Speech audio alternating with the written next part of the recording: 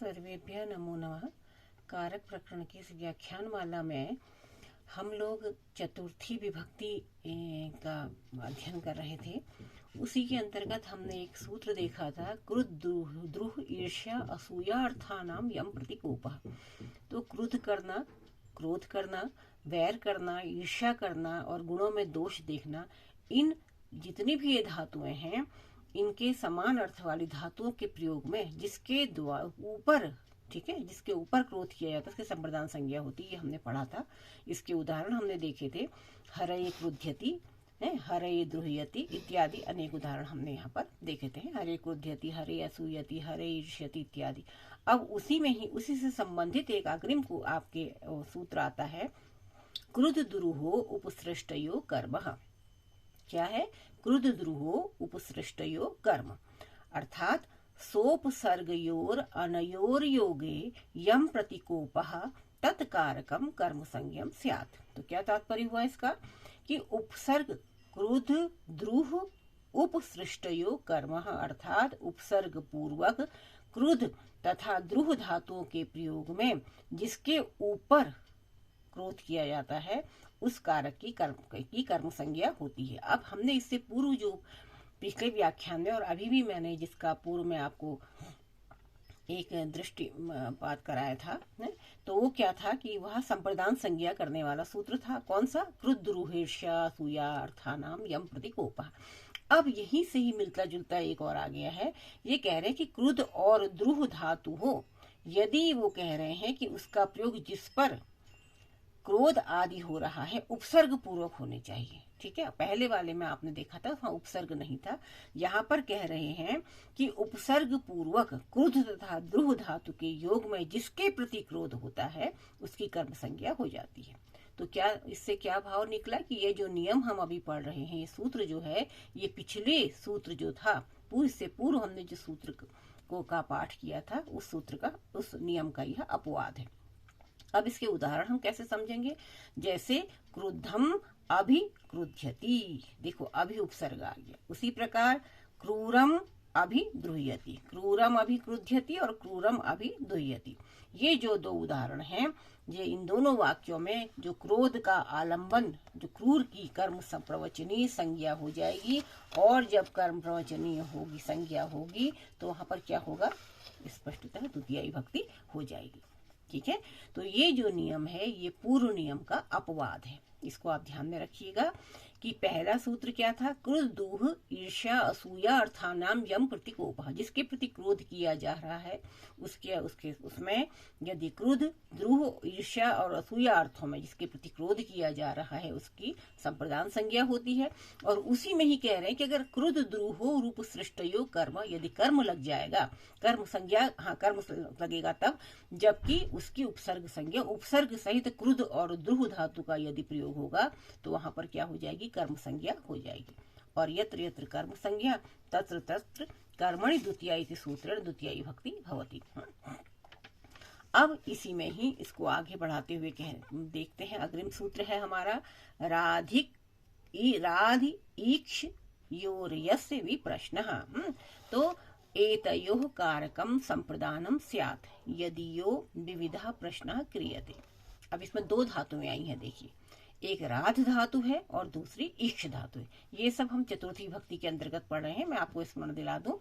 तो इसमें राधि ईक्ष योर यस्य विप्रश्नः, ये अधिकतर ये कारिका, ये जो सूत्र है ये पूछ लिया जाता है।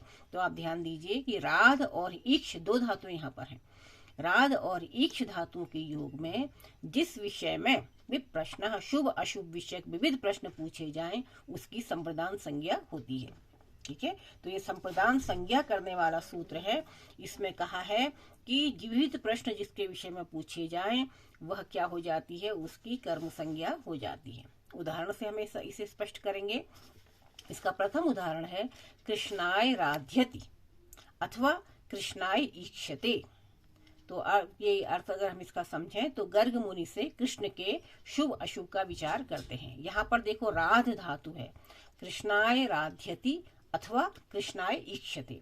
तो यहाँ पर दोनों धातुओं को यदि हम लें तो राध और ईक्ष धातुओं का प्रयोग कृष्ण के विषय में प्रश्न संबंधी विचार करने के अर्थ में किया गया है। अब जब प्रश्न संबंधी विचार करने के अर्थ में किया गया है तो यहाँ कोई थोड़ा इसको समझ लेते हैं कि माता के द्वारा कृष्ण के भविष्य जीवन संबंधी प्रश्नों पर गर्ग विचार कर रहे हैं।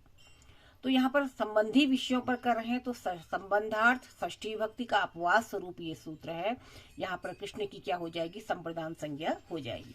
और जब संप्रदान संज्ञा होगी तो वहां पर क्या होगी, चतुर्थी विभक्ति। संप्रदान संज्ञा होने से चतुर्थी, संप्रदान से चतुर्थी विभक्ति हो जाएगी। ठीक है, तो इस प्रकार से हमने देखा कि राध और इक्ष धातुओं के योग में जिस विषय में शुभ अशुभ विषयक विविध प्रश्न पूछे जाएं वहां पर उसकी संप्रदान संज्ञा हो जाती है। ठीक, फिर उसके बाद आता है प्रत्यांगभ्याम श्रुवः पूर्वस्य कर्ता।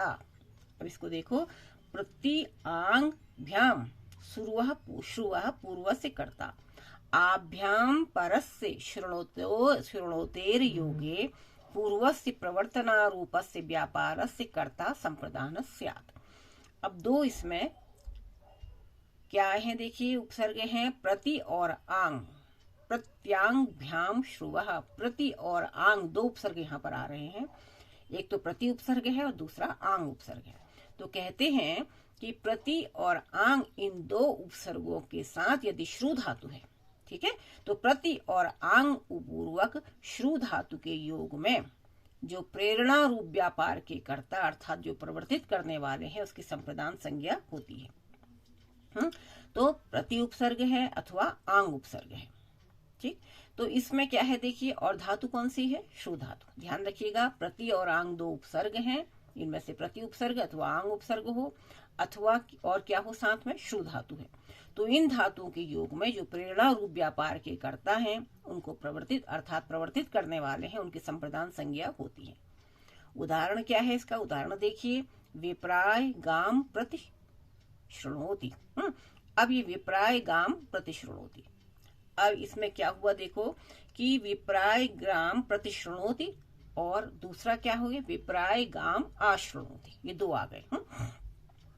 तो इसमें जो प्रतिश्रणोति आया है यहाँ पर क्या विव्यंजित हो रहा है कि पूर्व में विप्र ने स्वयं के लिए गान देने की प्रेरणा की, गाय देने की प्रेरणा की, सॉरी, ये क्या विव्यंजित हो रहा है कि पूर्व में विप्र ने स्वयं के लिए गाय देने की प्रेरणा दी, तब यजमान ने वचन दिया, देने का वचन दिया। विप्राय गाम प्रतिश्रणोति अथवा आश्रणोति। तो यहाँ पर जो प्रेरक के रूप में जो पूर्व व्यापार का कर्ता कौन है, विप्र है। अतः कर्ता में तृतीय विभक्ति को बाध करके संप्रदान संज्ञा होगी कि विप्राय गाम प्रतिश्रणोति आश्रणोति वाह, इस रूप में हम इसे देख सकते हैं। तो यहाँ पर क्या विभंजित हो रहा है कि विप्र ने स्वयं के लिए गाय देने की प्रेरणा दी, उसके पश्चात यजमान ने गाय देना स्वीकार किया माने वचन दिया। तो ये जो प्रेरक रूप है इसमें पूर्व व्यापार जो क्रिया है उसका कर्ता कौन हो गया, विप्र हो गया। और कर्ता में तृतीय विभक्ति को बाध कर यहाँ पर प्रत्यांगभ्याम श्रुवः पूर्वस्य कर्ता इति सूत्रेण संप्रदान संज्ञा भवति, संप्रदान संज्ञा हो गई। और जब संप्रदान संज्ञा होगी तो तदनंतर चतुर्थी संप्रदाने इति सूत्रेण चतुर्थी भक्ति संप्राप्त। ठीक, अब सूत्र आता है हमारा अनुप्रतिगृणश्च। अनुप्रतिगृणश्च इसकी वृत्ति है आभ्याम गृणाते कारकम पूर्व व्यापारस्य कर्तभूत मुक्तम संज्ञम स्यात्, उक्त संज्ञम स्यात्। आभ्याम इन दोनों के क्या है, अनु और प्रति क्या है, अनुप्रतिगृणश्च सूत्र है। तो अनु और प्रति दो उपसर्ग यहाँ पर है। तो आभ्याम इन दोनों के कौन कौन है, अनु और प्रति दो के कारकम पूर्व व्यापारस्य कर्तृभूत मुक्त संज्ञम स्यात्। तो अनु और प्रति उपसर्ग पूर्वक जो ग्री धातु है, ग्री शब्द करना, धातु के योग में जो पूर्व व्यापार का कर्ता होता है उसकी संप्रदान संज्ञा होती है। पूर्व व्यापारस्य कर्तृभूत मुक्त संज्ञम स्यात्।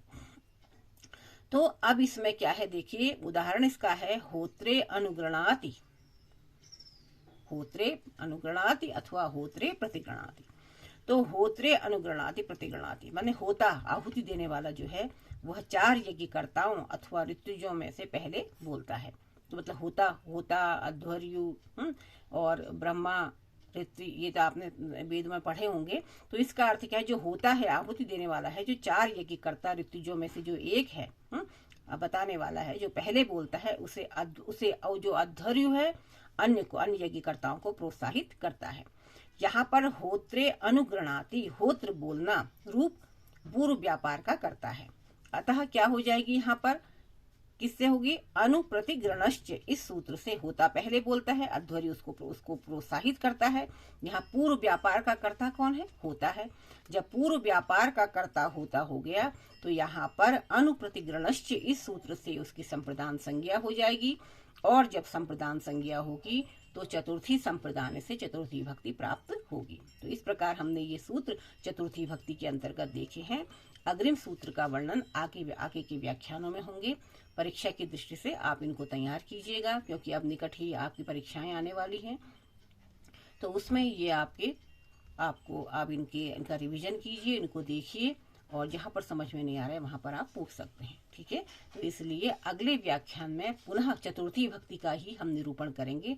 तब तक के लिए सर्वेभ्य नमो नमः।